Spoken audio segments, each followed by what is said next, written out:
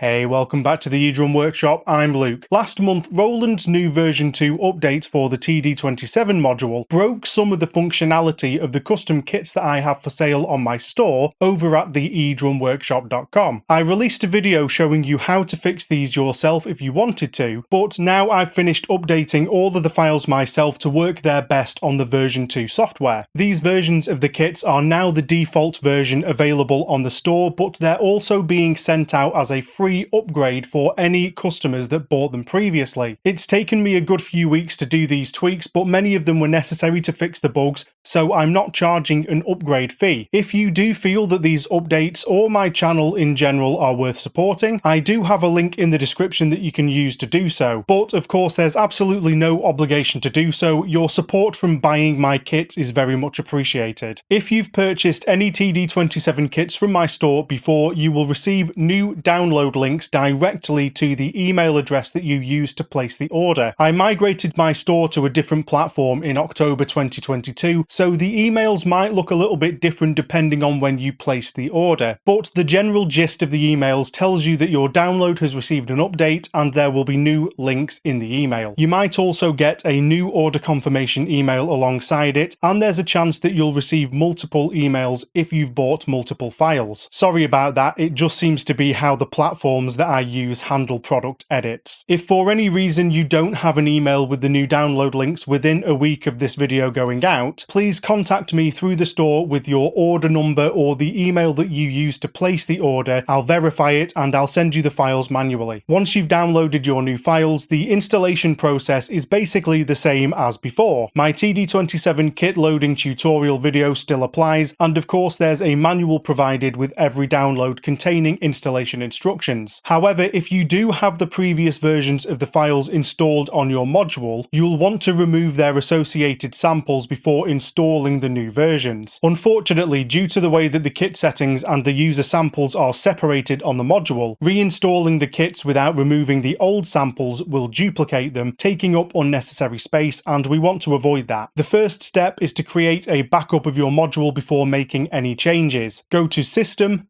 SD card, Save, choose a bank number with the dial and ensure the With User Sample box is checked. Hit Save to go to the next screen, press F4 to enter a name if you want to, then hit Execute and confirm it. Then for replacing the kits you have a few options. The first nuclear option is just to perform a factory reset, making sure to check the Reset with User Sample box. This will clear all of the old kits, restoring the factory kits, the stock samples and the factory settings, and then you can just install my kits on your freshly reset module. The downside of this though is that you'll lose your trigger settings or any other changes that you might have made to any other settings on the module. To keep those other settings intact, the option that I would recommend is to go through and manually delete the old samples that were installed with my kits, then install the new kits over the kit slots for the old ones. There are instructions for this included with the download, but I'll run you through it. Go to User Sample, List. This is the list of all of the user samples that are installed on your module. You'll need to locate the samples that you want to delete. Every sample from my kits begins with EDW_, then there's a shortened version of the kit name, followed by an identifier for the instrument or zone that the sample is assigned to. So just highlight the first sample that you want to delete, hit F3 delete, and confirm it when prompted. Unfortunately, you can't select multiple samples at once, so you will need to do this for each sample that you want to remove, unless you don't need any of the samples that are on the module at all, in which case you could instead go to User Sample,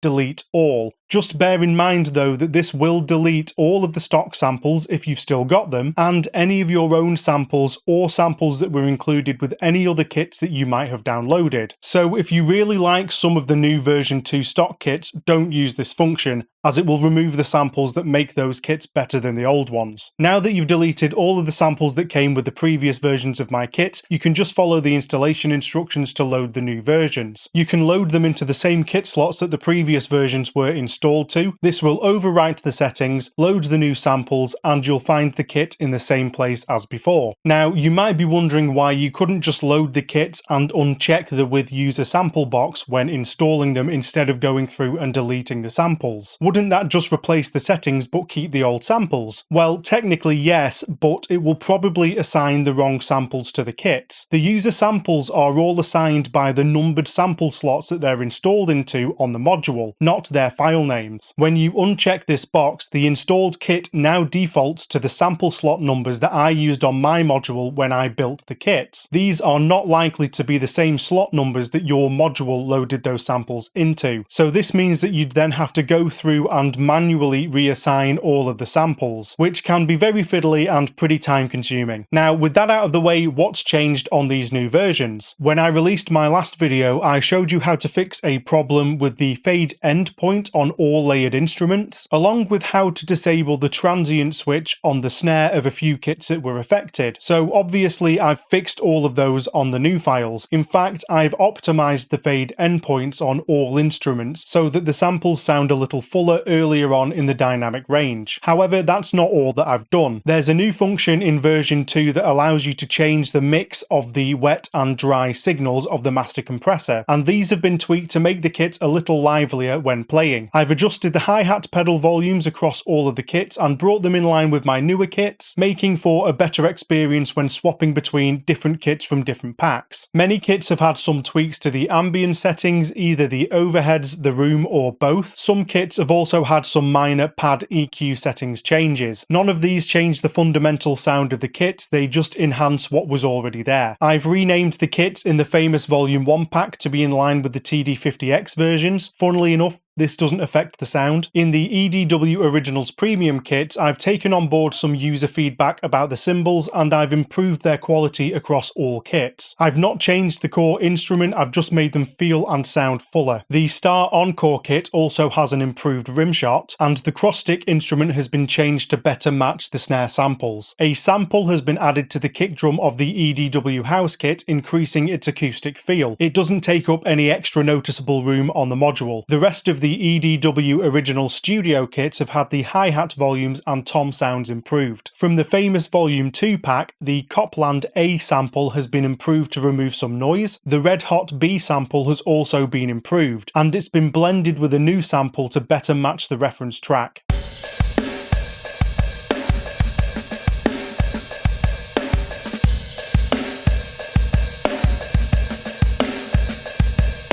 All of my future TD-27 kits will be made exclusively for the newer version 2 software, taking even more advantage of the new master compression settings and the user sample transient capabilities. If you don't know what the transient settings are, check out this video that I made before the update, which explains what they do and how to effectively use them on your own kits. Or if you'd rather I do all of the work for you, keep an eye on the channel and my store over at the eDrumworkshop.com for new kit updates. Enjoy the rest of your day, and I'll see you in the next video. Cheers!